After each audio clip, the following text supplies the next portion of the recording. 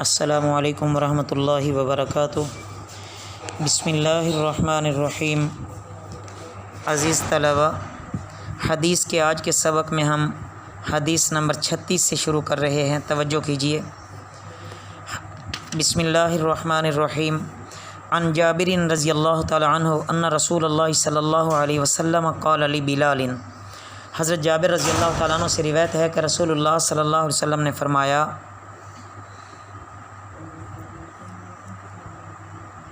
حضرت بلال رضی اللہ تعالیٰ عنہ کو، اذا اذنت، جب تم اذان دو، فترسل،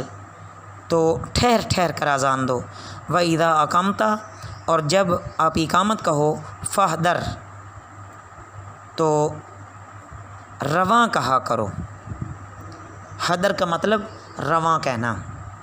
وجعل بین اذانی کا و اقامتی کا قدر ما یفرغ العاقل من عقلہ،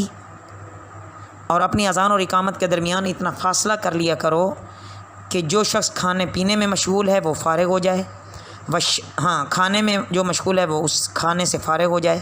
والشارب من شربہ، اور پینے والا اپنے پینے سے فارغ ہو جائے، والمعتصر اذا دخل لقضاء حاجتہ، اور جس کو استنجے کا تقاضا ہے وہ اپنی ضرورت سے فارغ ہو جائے، ولا تقوموا، اور نہ تم کھڑے ہو وہ، حتیٰ ترونی، یہاں تک کہ تم مجھے دیکھ نہ لو۔ عزیز طلبہ، اس حدیث مبارکہ میں آپ صلی اللہ علیہ وسلم نے جو یہ فرمایا ہے نا، ولا تقوموا حتیٰ ترونی، کہ کھڑے نہ ہوا کرو جب تک کہ مجھے دیکھ نہ لو، غالباً کبھی کبھی ایسا ہوتا تھا کہ آپ صلی اللہ علیہ وسلم جب حجرہ مبارک سے مسجد میں تشریف لاتے تو صحابہ پہلے اس بات کا اندازہ لگا لیتے کہ آپ صلی اللہ علیہ وسلم تشریف لانے والے ہیں،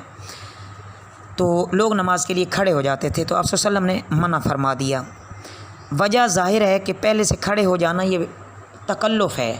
اور آپ صلی اللہ علیہ وسلم کو تکلف پسند نہیں تھا، اور یہ بات آپ صلی اللہ علیہ وسلم پر گراں گزرتی تھی کہ میرے آنے سے پہلے لوگ کھڑے ہوں۔ عن سعد رضی اللہ تعالیٰ عنہ مؤذن رسول اللہ صلی اللہ علیہ وسلم ان رسول اللہ صلی اللہ علیہ وسلم امر بلالا۔ حضرت سعد رضی اللہ تعالیٰ عنہ رسول اللہ صلی اللہ علیہ وسلم کے مؤذن تھے کہ بے شک رسول اللہ صلی اللہ علیہ وسلم نے حضرت بلال رضی اللہ تعالیٰ عنہ کو حکم دیا، ان یجعل اصبعیہ فی اذنیہ، یہ کہ اپنی دونوں انگلیاں کانوں میں دے لیا کریں۔ قال، آپ صلی اللہ علیہ وسلم نے فرمایا، انہ ارفع لصوتک، کہ ایسا کرنے سے تمہاری آواز زیادہ بلند ہو جائے گی۔ عن زیاد بن الحارث السدائی قال امرنی رسول اللہ صلی اللہ علیہ وسلم ان اذن فی صلاۃ الفجر۔ زیاد بن حارث سدائی رضی اللہ تعالیٰ عنہ سے روایت ہے کہ ایک دفعہ فجر کی نماز کے وقت رسول اللہ صلی اللہ علیہ وسلم نے مجھے حکم دیا کہ تم اذان پڑھو، فاذنت، میں نے اذان کہی، فاراد بلال رضی اللہ تعالیٰ عنہ ان یقیم، حضرت بلال رضی اللہ تعالیٰ عنہ نے چاہا کہ میں تکبیر کہوں، فقال رسول اللہ صلی اللہ علیہ وسلم، حضرت رسول اللہ صلی اللہ علیہ وسلم نے فرمایا، ان اخا صدا قد اذن، کہ بے شک آپ کے بھائی صدا تحقیق اس نے اذان دی، ومن اذن فہو یقیم، تو ضابطہ یہ ہے کہ جو اذان پڑھے وہی اقامت کہے۔ آگے مزید عزیز طلبہ اس کی تشریح آتی ہے، اگلی حدیث دیکھیے۔ عن عثمان بن ابی العاص رضی اللہ تعالیٰ عنہ قال ان من آخر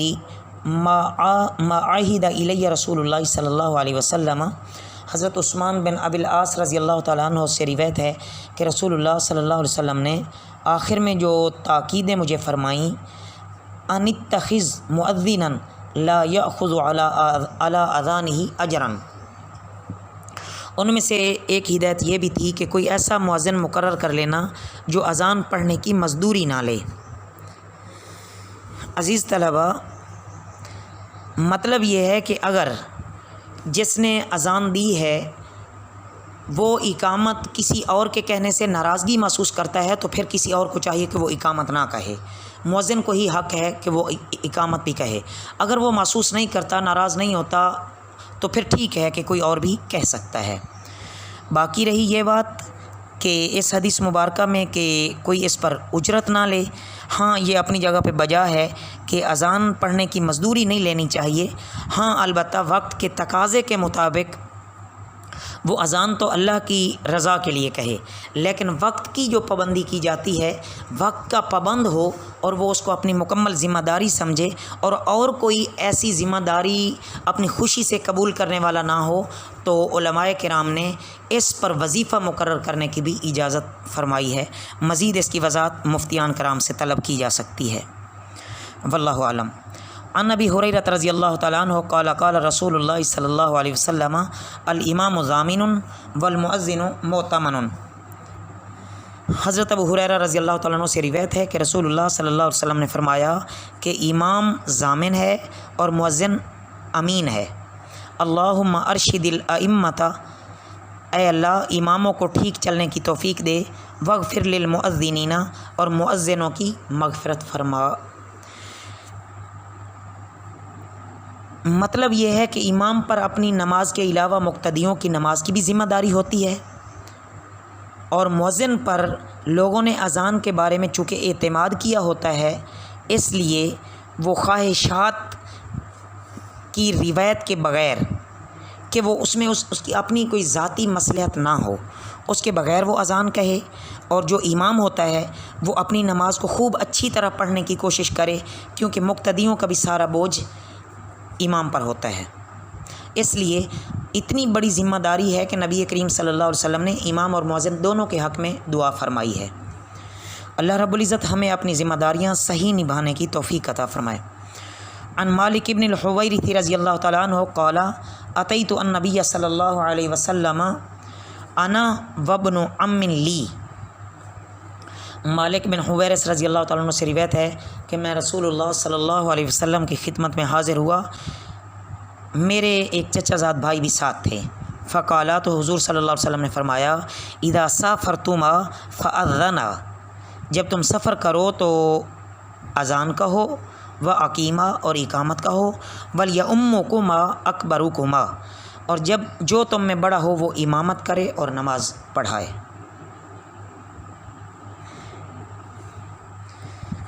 مطلب یہ ہے کہ مالک بن حویرث رضی اللہ تعالیٰ عنہ ایک قبیلے کے بعض اور آدمیوں کے ساتھ نبی کریم صلی اللہ علیہ وسلم کی خدمت میں حاضر ہوئے تھے، تو یہ دین سیکھنے کے غرض سے حاضر ہوئے۔ آپ صلی اللہ علیہ وسلم کی مبارک صحبت میں تقریباً 20 دن انہوں نے قیام کیا، اور آپ صلی اللہ علیہ وسلم کے فیض سے مستفید ہوئے۔ واپسی پر آپ صلی اللہ علیہ وسلم نے یہ نصیحت فرمائی کہ 2 باتیں فرمائیں، ایک تو یہ کہ سفر میں نماز کے لیے اذان بھی کہو، اقامت بھی کہو، دونوں باتیں کہنی چاہیے، اور دوسری کہ جو بڑا ہو وہ امامت کرے، دین کے لحاظ سے سب سے پہلے دیکھا جائے، پھر یہ آگے احادیث آئیں گی وہاں یہ واضح ہو جائے گا کہ درجہ کیسے ہے کہ سب سے پہلے کون حقدار ہے امامت کا، اس کے بعد کون ہے، اس کے بعد کون ہے۔ اگلی حدیث دیکھیے۔ عن ابی سعید الخدری رضی اللہ تعالیٰ عنہ قال قال رسول اللہ صلی اللہ علیہ وسلم، حضرت ابو سعید خدری رضی اللہ تعالیٰ عنہ سے روایت ہے کہ رسول اللہ صلی اللہ علیہ وسلم نے فرمایا لا یسمع مدى صوت المؤذن جن ولا انس ولا شیء، کہ مؤذن کی آواز جہاں تک پہنچتی ہے نہیں سنتی مؤذن کی آواز جن اور نہ انسان اور نہ ہی کوئی چیز، مگر شہید لہ یوم القیامتی، وہ اس کے لیے گواہی دے گی قیامت کے دن۔ مطلب عزیز طلبہ اس کے سلیس ترجمہ سے بامحاورہ ترجمہ ذرا اس کا دیکھیں تو یہ مطلب بالکل واضح ہو جائے گا کہ مؤذن کی آواز جہاں تک پہنچتی ہے وہاں تک جو جن اور جو انسان اور جو چیز بھی اس کی آواز سنتی ہے وہ قیامت کے دن ضرور اس کے حق میں شہادت دے گی۔ عزیز طلبہ مطلب یہ ہے کہ مؤذن اللہ کی توحید، رسول صلی اللہ علیہ وسلم کی رسالت اور توحید کی دعوت کا جو اعلان کرتا ہے، تو جن اور انس کے علاوہ دوسری مخلوقات بھی اس کو سنتی ہیں، سمجھتی ہیں، اور قیامت کے دن اس مؤذن کے حق میں یہ ساری چیزیں گواہی دیں گی۔ اللہ رب العزت ہمیں ان تمام احادیث پر صحیح عمل کی توفیق عطا فرمائے۔ وما علینا الا البلاغ المبین۔